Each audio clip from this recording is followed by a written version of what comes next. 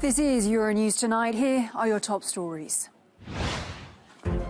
Japan in shock. Shinzo Abe, the country's longest-serving prime minister, is assassinated while delivering a campaign speech. In the UK, calls grow for Boris Johnson to go now as he insists he should stay on as a caretaker prime minister until a successor is chosen.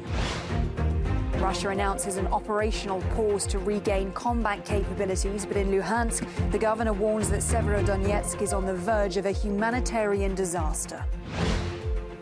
And here in the Cube, we'll speak to Iranian feminists who say that their Instagram accounts have been targeted by a cyber attack. I'm Helena Humphrey, glad you could join me. Japan is in shock after the assassination of former Prime Minister Shinzo Abe. Mr. Abe was shot in the back while giving a campaign speech in the city of Nara. In a dramatic video of the killing, 2 distinct gunshots are heard, followed by security guards leaping on the suspected assassin. What appears to be a homemade gun then falls to the ground. Well, Abe was Japan's longest-serving prime minister and remained one of the country's most powerful politicians, even after leaving office. Current Prime Minister Fumio Kishida called the killing barbaric. In the midst of an election, which is the root of democracy, this dastardly event took place.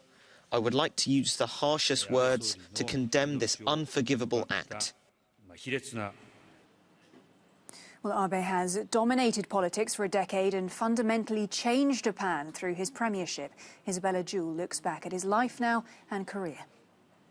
Shinzo Abe was one of Japan's most powerful and influential figures, succeeding Junichiro Koizumi to become Japan's youngest prime minister in 2006.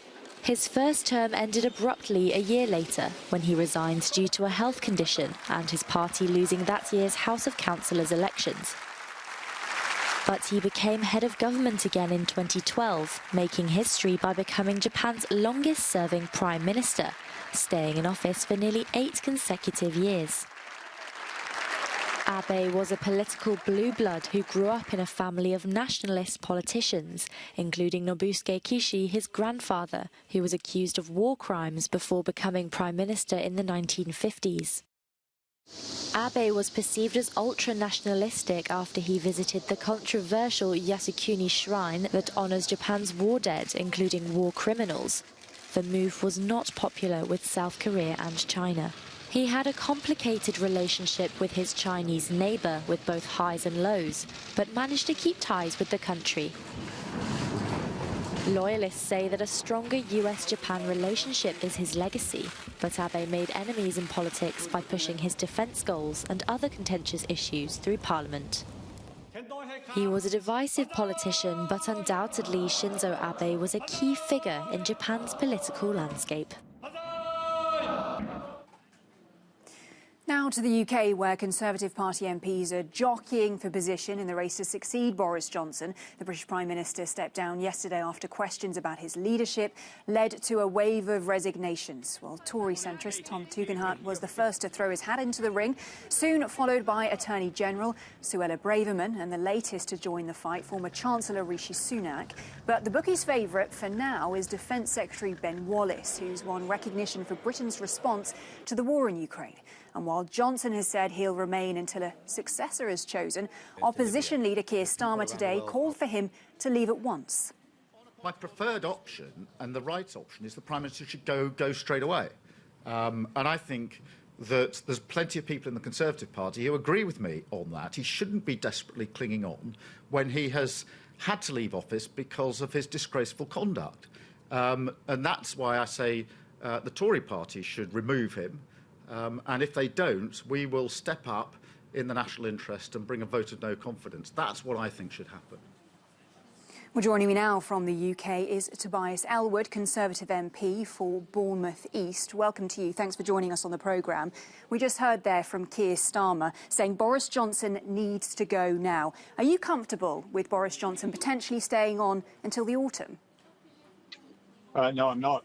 I was one of the first back in February, in fact, to suggest that Boris Johnson no longer had my support. But here we are today, many months later, recognizing that he did not only not have the support of the backbenchers, but also ministers and indeed cabinet members as well. It took a walkout of 50 ministers to eventually to prize him out of number 10.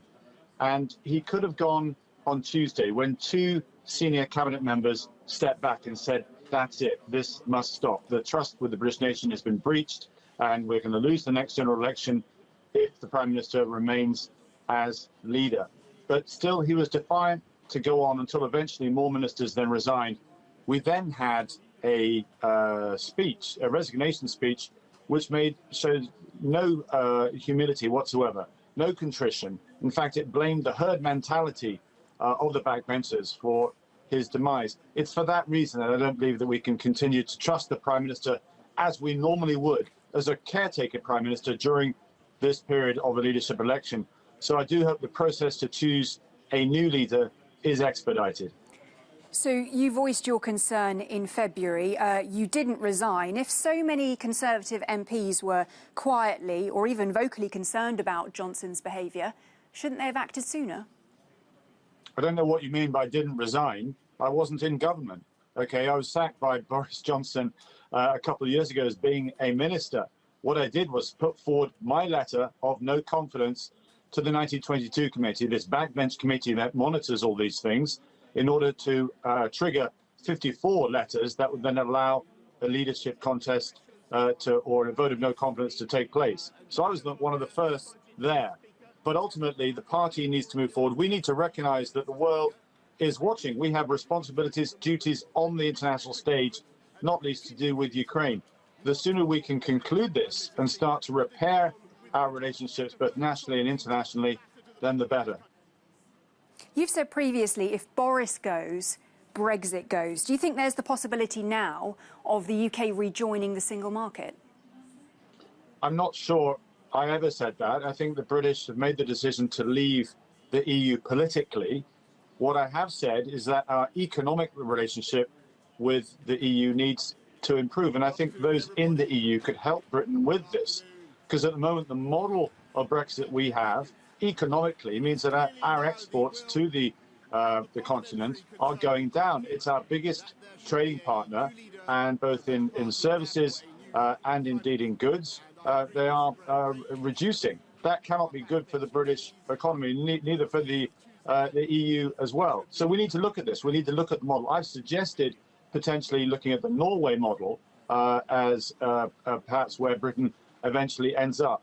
But it is still a very sensitive, very toxic subject here in the UK. Would you put your hat into the ring for the leadership race? Well, it's very kind of you to suggest that. I think there's a lot of people ahead of me that are already measuring the curtains for number 10. For the very reasons that we've just talked about, Brexit, I'm a centre-right politician. I appeal, I think, to the nation, the one nation Conservatives, as we call ourselves.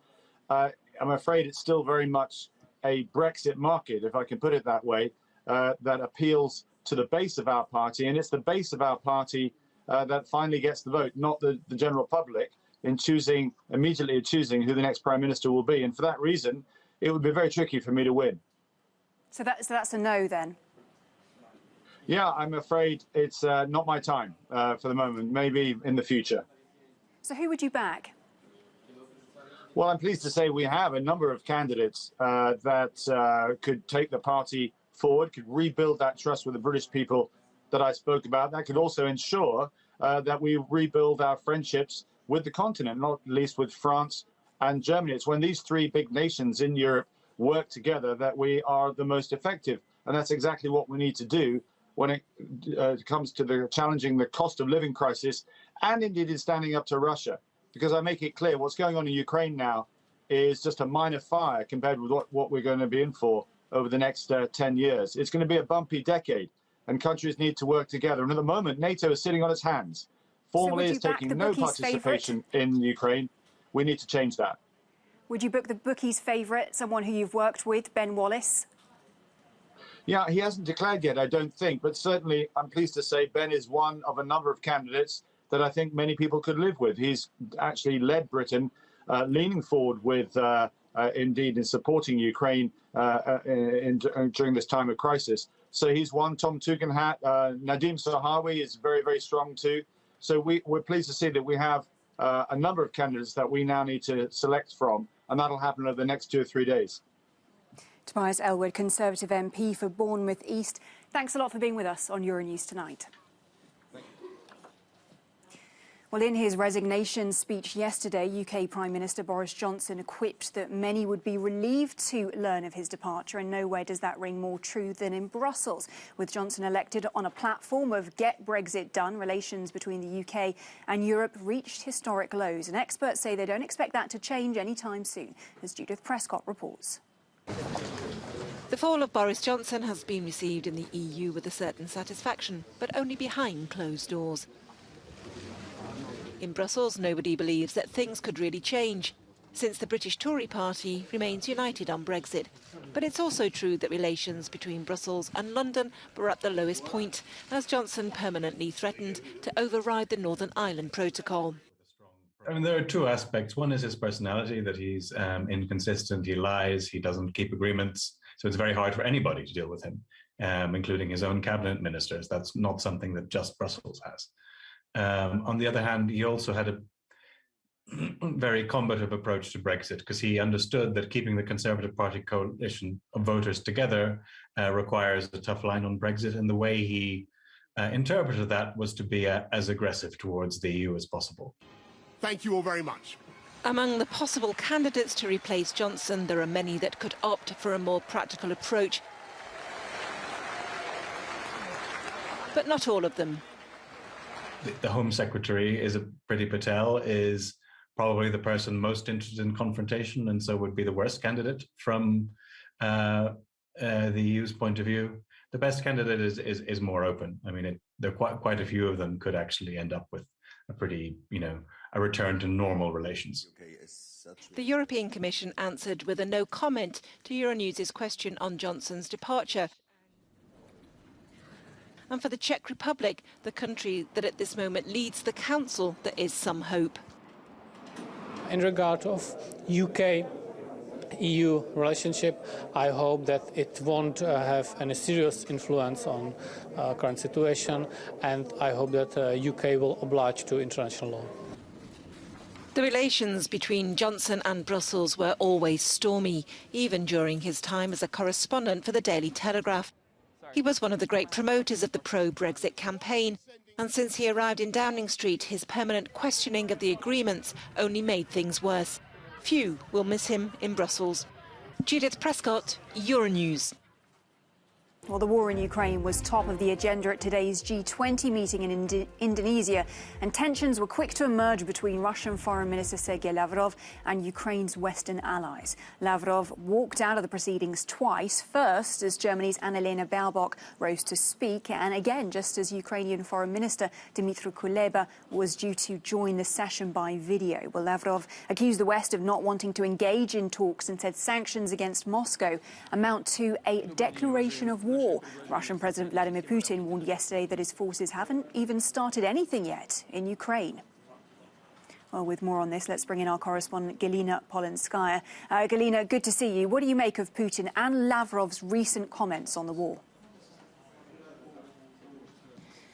Hello, Helen. Well, actually, we have heard one of the strongest speeches of Vladimir Putin since the 24th of February. He addressed the leaders of Russia's parliament, and I take it as another warning to the West. He said that Russia has not even started in Ukraine, and I quote him saying, everybody should know that largely speaking, we haven't even yet started anything in earnest. He accused the West of pouring the oil on fire and dared it to try to conquer Russia on the battlefield. But it was also the first time that Vladimir Putin was referring to diplomacy, to negotiations, that he said that Russia did not reject the talks with Ukraine, and said that those who reject them, and I quote, should know that the further it goes, the harder it would be to negotiate with Russia. And those warnings were echoed by Russia's Foreign Minister Sergei Lavrov, who stormed out of meetings during the G20 summit, showing that Russia does not want to hear any condemnations And what Lavrov actually said, if the West does not want talks to take place, this is a quote, but wishes for Ukraine to defeat Russia on the battlefield, then perhaps there is nothing to talk about with the West. So I take those comments as warnings. Either you stage talks with the Ukraine right now and agree with Russia's terms, or it could get worse. All right, Galina Polanskaya there reporting. Galina, thank you.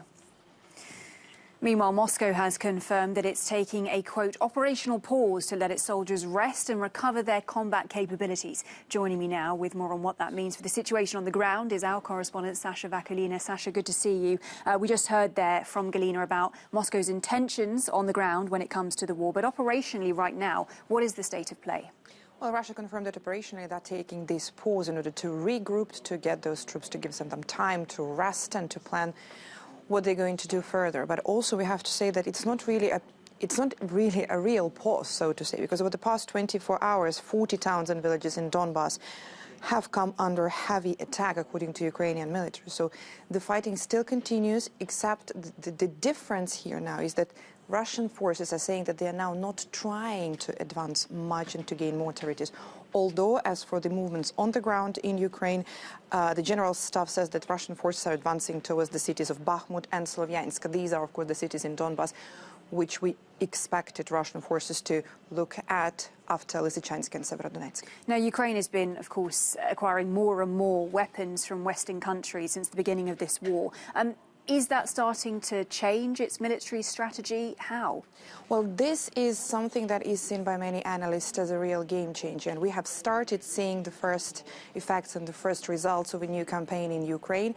This is the campaign, as you said, because of the Western weaponry. And what they're trying to do is they're trying to undermine Russia's overwhelming artillery power. And, of course, the advantage there on Russian side. With the new artillery and rocket systems, Ukraine started the campaign to take the key Russian military infrastructure. Over the past few weeks, nearly 20 Russian ammunition depots in Russia-occupied territories have been either hit or completely destroyed. Now, not having access to the depots, to the equipment, to the weaponry, also to the supplies, to fuel and so on and so forth, now this is something that clearly can change the course of the war in Ukraine. All right, Sasha Vakulina there bringing us the very latest. Sasha, thanks a lot. Well, the verdict in the fraud case against former FIFA president Sepp Blatter and ex-UEFA head Michel Platini has landed. David Morikand has the latest now. Michel Platini has been acquitted by the Swiss court. The former European football boss was accused of fraud against world football's governing body, FIFA. According to the prosecution, he was paid €1.9 million in 2011 for consultancy services, 8 years after he finished working for FIFA. Platini denied any wrongdoing during the 6-year investigation. The FIFA investigation committee decided that I should be banned from all football activities. Me, who has dedicated all my life to football, who has always given everything to football, as a coach and as a trainer. Then they called me corrupt and a money launderer.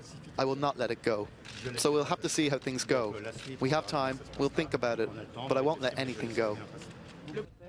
His co-defendant, former FIFA boss Sepp Blatter, has also been acquitted, having been accused of paying money to Platini. Both men told the judges that the payment was the result of a verbal agreement between them, hence the absence of any written records. This proved to be sufficient justification for the Swiss magistrates, even if the prosecution can still appeal the decision in the coming days. David Morikand, Euronews. A group of Iranian feminists have written to tech giant Meta after their Instagram accounts were targeted by thousands of fake profiles. Sophia in the Cube has the story now. Yes, Helena. A few weeks ago, more than 1 million bots have flooded the Instagram accounts of certain prominent Iranian feminists in what seems like a coordinated harassment campaign. Now, most of these accounts are affiliated to Iran's Me Too movement, which denounces sexual violence in the country. Now, over 30 activists have said they have received thousands of fake followers in just one day, and this continues, as you can see from the screen recording that one of the accounts has shared. shared with us. So this cyber attack has prompted many of them to make their accounts private. But why would having so many followers be a problem for Instagram? Well, if the platform notices that you've had too many fake followers or bots in a very short span of time, this could lead to your account being blocked. But it also has other consequences. We spoke to Sarah Afrasiabi, one of the activists that has been targeted by the cyber attack.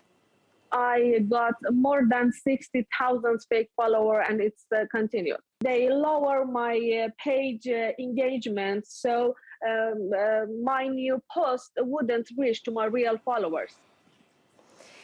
The other issue is that Instagram is the only major platform in the country which is not censored, which makes it very complicated for these feminists to then migrate their followers to, for example, Facebook or Twitter, which are all blocked in Iran.